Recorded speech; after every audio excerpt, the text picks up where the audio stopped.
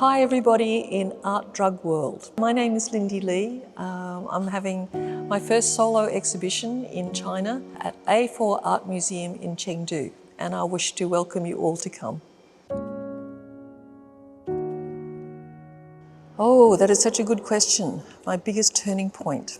Probably at the very beginning, because I wanted to be an artist probably since I was a little girl, but I never had the confidence to think a girl could do it. You know, it was just really hard. And I think I was maybe 26, and I had tried to become an art teacher, graphic designer, but there came a moment when I was traveling and I knew that I would be so unhappy if I didn't try to become an artist. And I have to say that I 100% believed I would fail to be an artist, but I had to try. So anybody out there who thinks that they just want to try to be an artist, I have to encourage you. You have to try, because you'll regret it otherwise. Well, because I've had a career now for more than 40 years, there are probably quite a few artworks, maybe 5 or 6 artworks, which are really, really important. But maybe I will talk about the one that is currently in Canberra, which is the capital of Australia, where I made a very big sculpture. It was 10 metres by 4.5 metres tall, and you can actually walk inside of it. And it is a very, very beautiful thing. And I'm going to link that to Chengdu. This room comes out of that experience of making that artwork for Canberra, for Australia. That artwork in Canberra, by the way, is the most expensive work ever to be commissioned in Australia. But it's not about how much it cost, it's just that the experience of it was magical, and some of the experience of making that is in this room. Impermanence is a really important thing because it's the condition of being alive. Everything changes.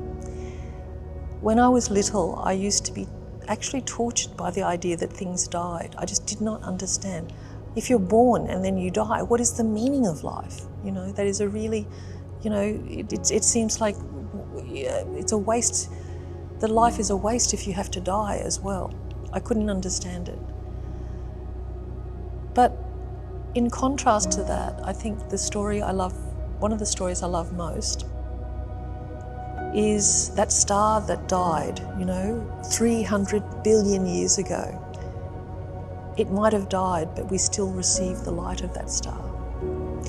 And I like to think that human life is also like that. So we have smaller life than a star. We are certainly going to die, but our effect in the world, even after we've died, continues on. It continues on in the people we love, the people we touch, the plants that we decide to grow. You know, life is so interconnected that even this little life, this little human life, has vast consequence for all life. So birth and death is a natural thing now, so I'm not so worried about it. It is just part of this greatness we call the universe.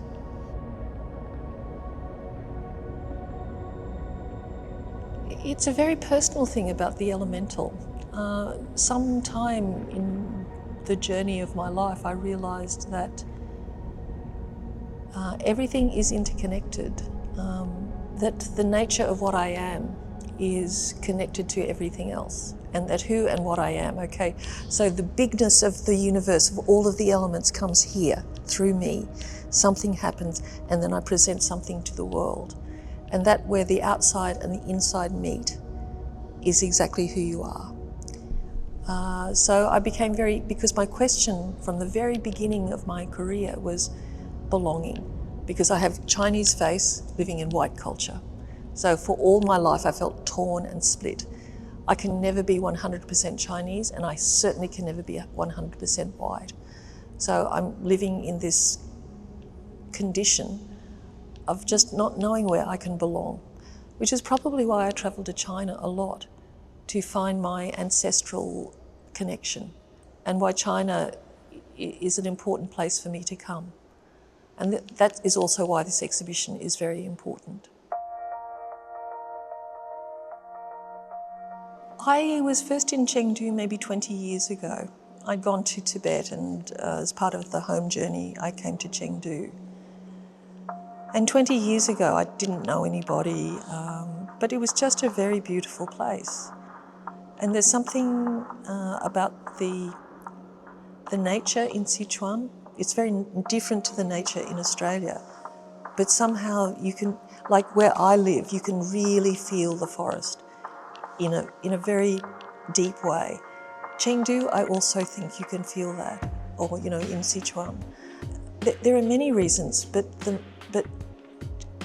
it's just that Chengdu is, somebody said it was the most chill city for 1,000 years. And I believe it, because the atmosphere, the people are just so warm and friendly. You can walk down the street and there's no, there's no aggression. It's just people seem to be very easy with each other, which is really wonderful. And another reason is because I am really interested in Chan Buddhism and Taoism, and those philosophies have influenced my work a lot. And so when I find out that also, not only is Chengdu and Sichuan a beautiful place, chill place, but it's also the birthplace of Chinese Buddhism and Taoism, I think this is perfect to have my first big show here. Look, a lot of this work I'm really excited about, but there is one thing, that one, okay? Because it's been in my head for 7 years, but it's a very expensive thing to do, and unless I have a place to show it, I can't make it because it's expensive to make, it's expensive to store. And so I have these ideas for maybe 7, 10, 12, 15, 30 years before they can happen. And I think that this one is special for me because I've been waiting to do this for so long, and now it's done, and I think actually it's quite good. That work is called No Shadows Touch. A lot of my titles and a lot of the thinking in my work is about solid matter and shadow, okay? So everything that exists casts a shadow. Another way to say it is also that what I like also is the connection of body and spirit, all right? So body, body is this body, the body of that is the solid metal shape. But I also like to think that spirit is the thing that gives life to this body. So I think the spirit in that kind of work and in this whole room is through the holes and the shadows and the light, so the light and the shadow is 80% of the work. So although I call this No Shadows Touch, it's actually the opposite. It's a poetic term, and it's about the shadow life. It's about the secret interior life that we all have.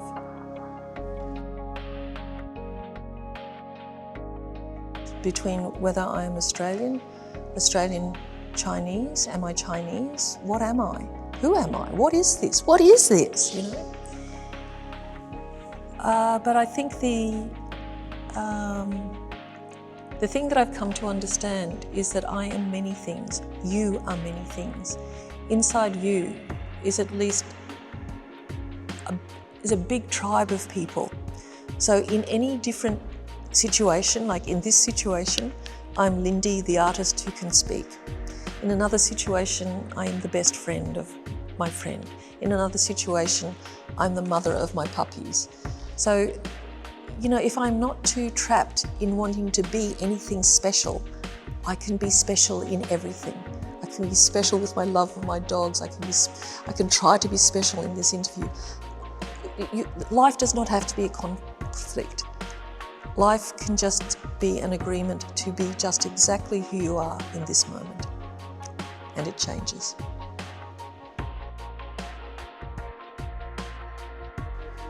The one piece of advice I give to all young artists is learn to be yourself.